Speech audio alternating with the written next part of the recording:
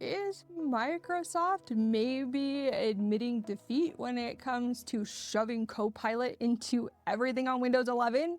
Do you think maybe they've realized that this was a bad move and it's killing their business and their operating system? I don't know. What do you think? Because Microsoft just announced they're pulling Copilot out of Notepad. Yes, it was in Notepad. It was a text editor that's existed since 1983, and now they're taking it out, which is a good thing, but they're calling it quality improvement.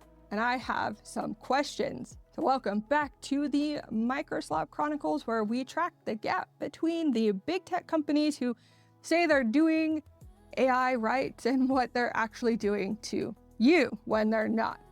At this point, guys, I am deeply, chronically exhausted by the way tech companies decide that the answer to users are frustrated is just more features nobody asked for until the quarterly numbers come in and it looks rough, and then suddenly they rediscover this concept of listening, where like if they would have just listened, they wouldn't have to lose a crap ton of money.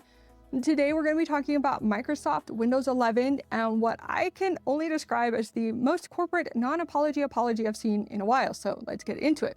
So on March 20th, 2026, a Microsoft executive named Pavan Davuluri, it's an interesting name, sorry for butchering it, he's the EVP of Windows and Devices, published a blog post about the future of Windows 11. And in it, he said, and like I'll paraphrase here, basically that we hear you, we went too far with Copilot, we're going to focus on quality. Specifically, they're removing Copilot entry points from things like Snipping Tools, Photos, Widgets, and Notepad. They're also canceling planned integrations that were supposed to land in File Explorer, the Settings app and Systems notification. They're promising a faster File Explorer, less aggressive Windows Update behavior, and after years of users begging, a taskbar you can actually move to a vertical position. Like, this is genuinely a list of things people have been asking for, some of them for years. So credit where it's due, these are real changes, not just vaporware features nobody wanted. But here's the thing that I want you to hold on to. The blog post does not once say, sorry, mistake, or we got this wrong. What it says is that they spent months analyzing user feedback, that the community's message was clear. Lovely corpo speak there. The community's message has been clear since 2022, Microsoft. What changed between then and now is just the balance sheet. So let me give you a little bit of context for why Microsoft finally found religion on quality. 2025 was, by most accounts, one of their worst years. Windows' latest compiled a list of 20 major update failures in 2025 alone, like 20. And they noted there were more that they just didn't include. And at one point, a January Patch Tuesday update caused Outlook to crash and OneDrive to fail, requiring emergency hotfixes, sleep and wake issues, driver instability, Bluetooth problems, USB devices dropping. This stuff was regular news. And meanwhile, Microsoft's more personal computing division, that's like Windows, Surface, and gaming, like actually declined year over year, while the rest of the company somehow grew. Windows OEM revenue was basically flat. They have over 1 billion users and couldn't make that translate into any form of meaningful revenue from their AI push. But here's the kicker. Windows 10's free support ended in October of 2025. And this was supposed to be the moment where everyone finally migrated to Windows 11. Do you think that happened? No. A significant chunk of users just stayed on Windows 10, running an unsupported OS, because they didn't want to upgrade to the crap that was Windows 11. That is a referendum. When people choose end of life over your current product, that's not a branding problem, that's a trust and quality problem. So let's talk about what actually went wrong with Copilot in Windows, because I want to be clear. The AI existing in theory is fine, but the implementation is crap. Nobody wanted Copilot embedded into every single piece of their operating system. Nobody wants AI shoved into every corner of their life. Give us the autonomy to choose how, when, where, and what when it comes to AI. Is that too difficult to ask? I don't know. Back in late 2025, the same executive who just published this quality-focused blog post announced plans to turn Windows into an agentic OS, AI everywhere, all the time, deeply integrated into every layer of the system. what that looked like in practice: Copilot buttons appearing in apps where they had no business, being integrations in File Explorer, settings, notifications, a Copilot key on keyboards that nobody knew what to do with, recall, the AI screenshot feature that had to be delayed because of privacy issues and security issues. And through all of this, basic stuff was breaking. The gaming performance was degrading, background processes were tanking battery life, frame pacing was inconsistent, drivers were unstable. The AI PC dream was being built on a foundation that couldn't hold a stable file copy. So the March 20th announcement isn't really we listened to users, it's we tried to build a penthouse before the first floor was finished, and now the whole building is leaning. Here's where it gets interesting, and by interesting, I mean more infuriating type of interesting. That blog post, the one about quality and listening to users making Windows better, does not mention the Microsoft account requirement once, like not once. And for anyone who doesn't know, since Windows 11 launched, Microsoft has required you to create or sign into a Microsoft account just to complete setup on a new or reset PC. You can't skip it. You used to be able to skip it, but you can't skip it. And you can't use a local account by default. It's all BS. And you have to be online. You have to give Microsoft an account, and then you get to use the computer you paid for. It's just all stupid. This has been one of the loudest, most consistent complaints about Windows 11 since day one. And it is conspicuously absent from this big quality blog post. Now, the same week that blog post dropped, a Microsoft VP named Scott Hanselman, a more normal name, thank you, that this is a me problem, not the name problem, it's a me problem. I can't pronounce worth crap. But they responded to a user on social media asking about this, and his response was 6 words. Yeah, I hate that, working on it. 6 words. And the internet lit up because it's the first time a senior at Microsoft has publicly acknowledged that this policy is bad. But here's what Windows Central reported.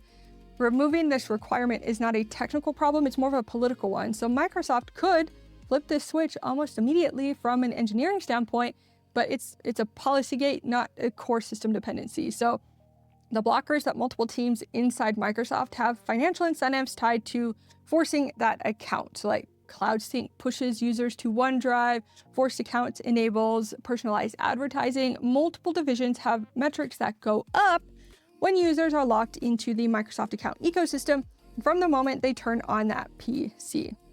Linux sounds fantastic right now.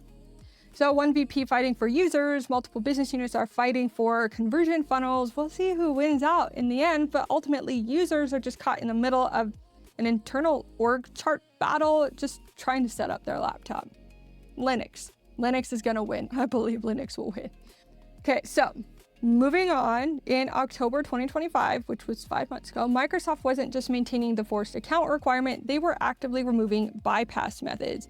So when users figured out workarounds like command line tricks or registry edits, third-party tools like Rufus, Microsoft started patching them out in insider builds. An official Microsoft spokesperson said that bypassing the account setup would leave devices not fully configured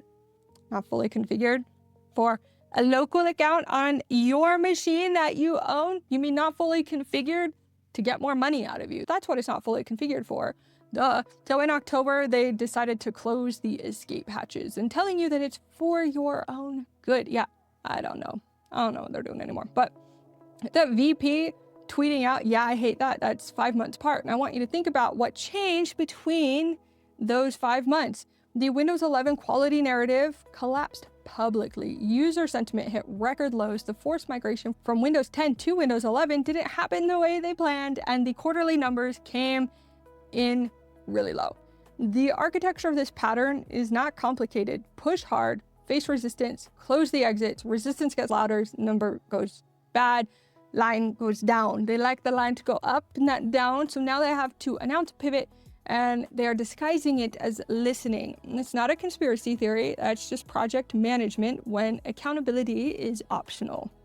Now, is it going to be different this time? I mean, that is a fair question, and I want to be fair to that question. The commitments in the March 20th blog post are more specific than previous rounds of promises. There is a concrete list, Copilot being removed from specific apps, faster File Explorer, taskbar repositioning, better update control. Windows Insider previews are supposed to start rolling out before the end of April, so we can check on that. And it's not the first time Microsoft has promised a quality reset. They made similar noises in September of last year and then early this year in January. So We have been here before, but what is different this time, at least maybe, is that the external pressure is more acute. Windows 10 end of life created a deadline that made the trust problem more tangible in market share terms, and the AI backlash isn't just power users on forums anymore. A recent Pew Research study found that half of American adults are now more concerned than excited about AI. And when mainstream sentiment shifts like that, the math starts to change. So will they actually follow through? I genuinely don't know, but the Copilot pullback I do think is real. It's already in motion, and the account requirement is just a VP tweet with no committed plan, and a committee of business units are just standing in the way of that little change to make everyone's lives better. But I'll be watching, and if the April Insider build shows up and the promised changes aren't there, or if new problems appear while old ones were being fixed, we'll be back here covering that too. Now here is kind of ultimately where I land on this. I'm not technically rooting for Microsoft to fail, not technically rooting against Windows. I mean, I technically do use Windows, but Windows is getting pretty bad, and that affects real people who just want their computer to work. So I'm kind of tired of this cycle where the only feedback mechanism that actually works is when the losses show up in a quarterly report. I mean, you don't have to lose a crap ton of money to just listen to what users have been saying. You could listen to them before you lose a crap ton of money. Like, users have been saying that this is too much, slow down, fix the basics for years. And the response was more AI integrations and blocked bypass methods. And now when the numbers reflected what the community had been saying all along, suddenly the community's message is clear. It's been clear. But apparently you need to become a financial liability first before they think it's clear. Anyway, that's all I have got for today. If you found this useful, go ahead and like and subscribe. Let me know, like, are you still using Windows 10? And if so, why? Is it because Windows 11 sucks, or is there another reason for that? Have you actually switched off Windows and gone to Linux or Mac? What do you think about all of this? But anyway, that's all I've got for you today. Thank you so much for watching this video. I hope you have a fantastic rest of your day, and peace out.